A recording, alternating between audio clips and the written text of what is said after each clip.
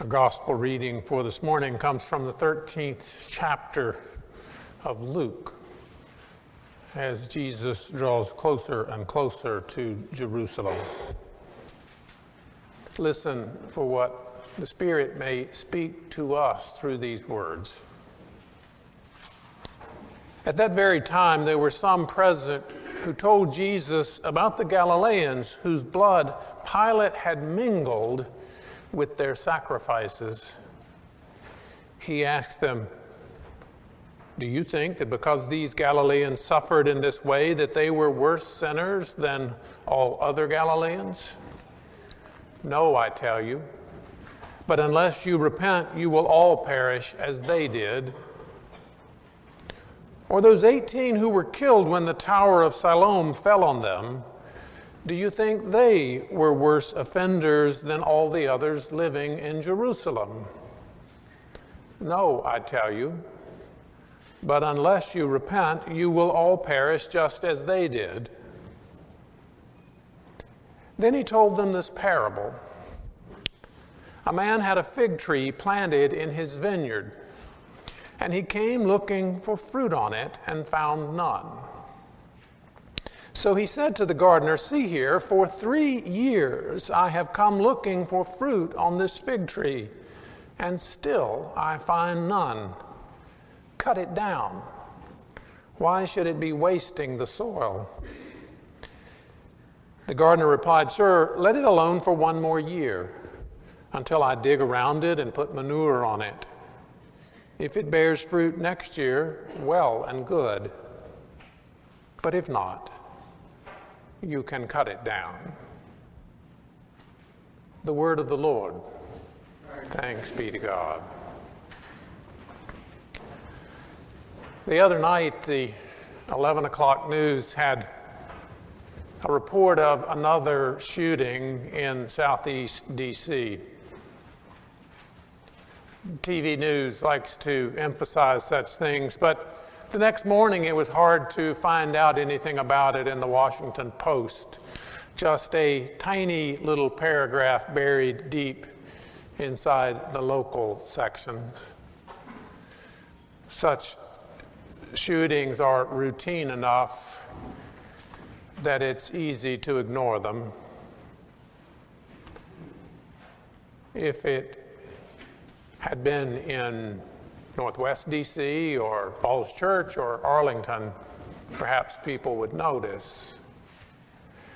People certainly noticed the terror attacks in Paris last November. There's still quite a few people that have the colors of the French flag superimposed on their Facebook pictures. I had the flag on mine briefly.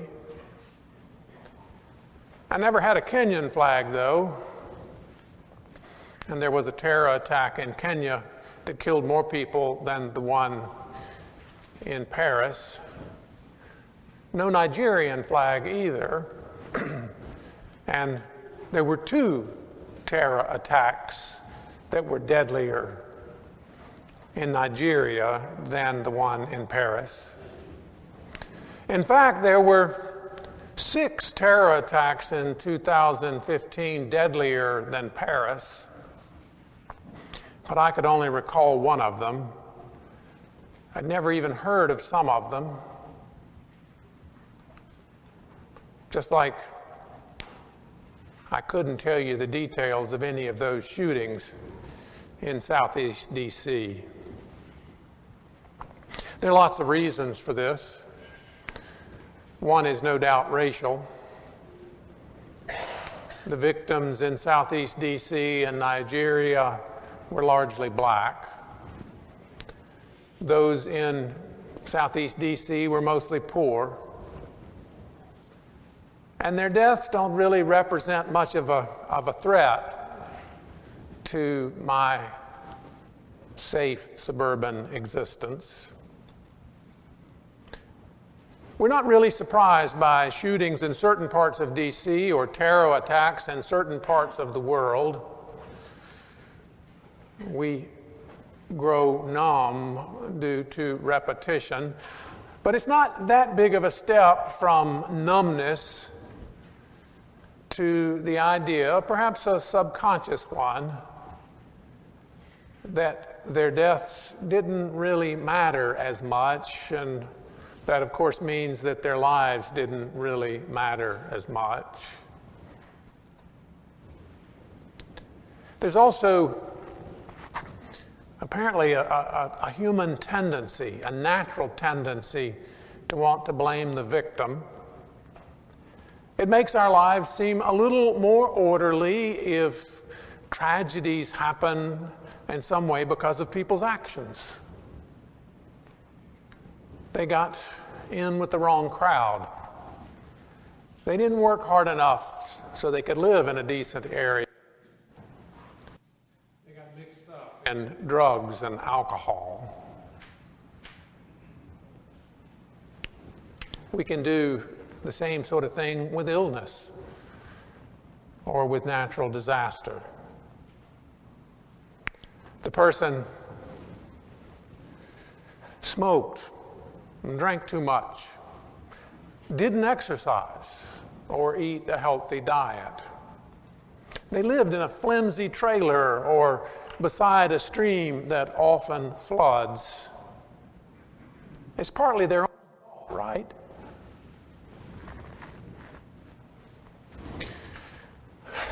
Perhaps the people who address Jesus in our gospel reading are not so different from us, hoping for a little more orderliness to their lives, for a sense of justice in their lives. Some of their fellow countrymen had been executed by the Roman governor. Their blood mingled in with their sacrifices temple in Jerusalem. It was a horrible, brutal tragedy. Why had this happened? What was the reason? But if they're hoping that Jesus will somehow make sense of this tragedy, that he will perhaps explain how the hand of God can be seen in it, they are sorely disappointed. Not only does he not provide an answer to why, he brings up an even more random tragedy. People killed in a building collapse. And in both cases, he asks the question, did these folks somehow deserve it? To which Jesus answers a categorical no. Now, Jesus had stopped there. His response might be seen as pastoral, especially to those who have lost loved ones to senseless tragedy or disease. But he keeps going. Unless you repent, you will all perish just as they did. Thanks, Jesus. You made this really a little harder to preach now. For those conditioned to think of God as wrathful, just itching to punish those who don't follow the rules, able to spare people only because of a gory sacrifice on a cross, Jesus here may seem to be confirming a really dire understanding of the state of things, but I do not think that is actually the case. It helps to remember that Middle Eastern speech is filled with hyperbole and with overstatement. When Jesus says, "But unless you repent, you will all perish as they did," he may simply be saying, don't think that tragedy happens to people who are different from you. If tragedy happens to those who deserve it, you're next in line. No, what's critical is that you repent. Of course, the word repent poses its own problems. It's that thing sinners are supposed to do or else. And it can be used in the Bible that way. But the basic meaning of the word is simply to change one's mind. And in the scriptures used by the gospel writers, a Greek translation of the Old Testament called the Septuagint, even God repents from time to time. Based on the parable that Jesus tells, the change of mind that he expects seems to have something to do with bearing fruit. It's an obvious enough parable in some ways. Fruit trees that don't bear fruit aren't worth much. Better to cut them down and replace them with something else. The particular tree in this parable was well past being replaced. The owner had come for years looking for fruit and not found any, and yet still agrees to an all-out effort to encourage the tree to produce. If this parable stood alone, it might simply mean that Jesus expects the church to bear fruit in the world, but God is incredibly patient with us, doing absolutely everything possible to nurture and encourage us. But the parable does not stand alone. It is addressed explicitly to the problem of pain and suffering in the world. It answers the question of how we are to respond to tragedy and suffering when we encounter it. Change your thinking, says Jesus. Stop worrying about who does or doesn't deserve it. Respond differently. Change things. Bear fruit that makes a difference. Break old cycles.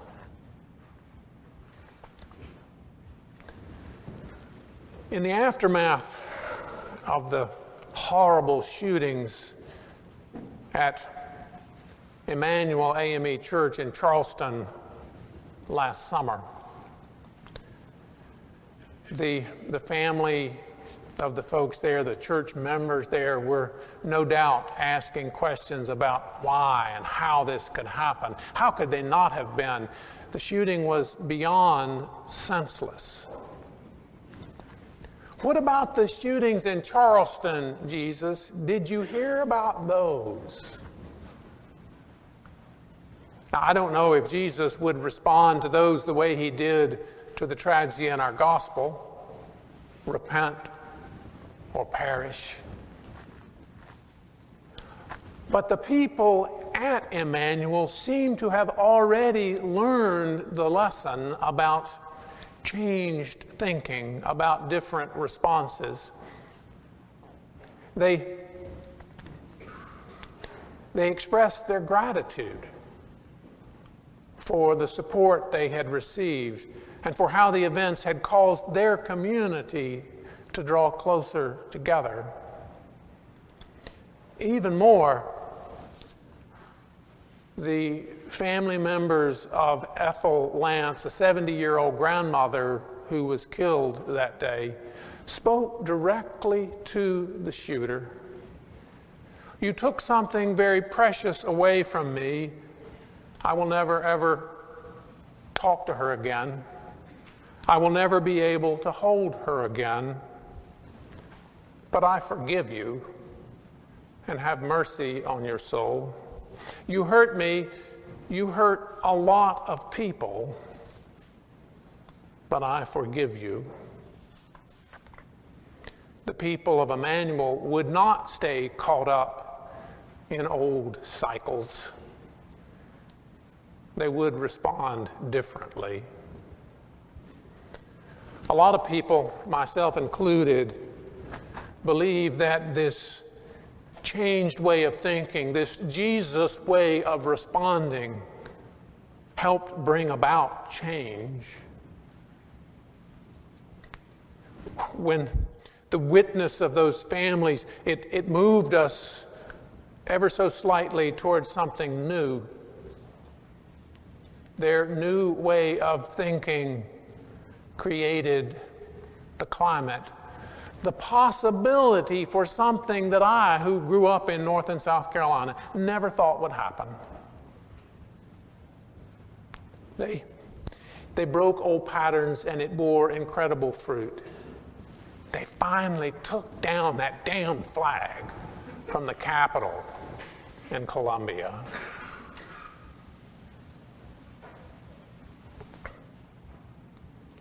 We live in a world with far too much suffering and pain and brokenness.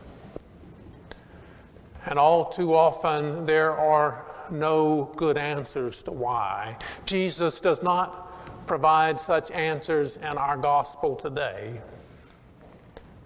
But he does suggest that we are a part of the problem, caught up in old cycles of pain and suffering and brokenness. What we need, he says, what is truly needed is changed thinking, new ways of responding, ways that bear fruit, that changes the world.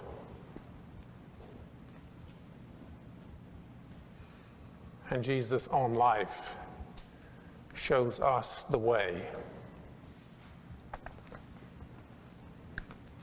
All praise and glory to the one who came, that we might see and learn the shape of true human life. Thanks be to God.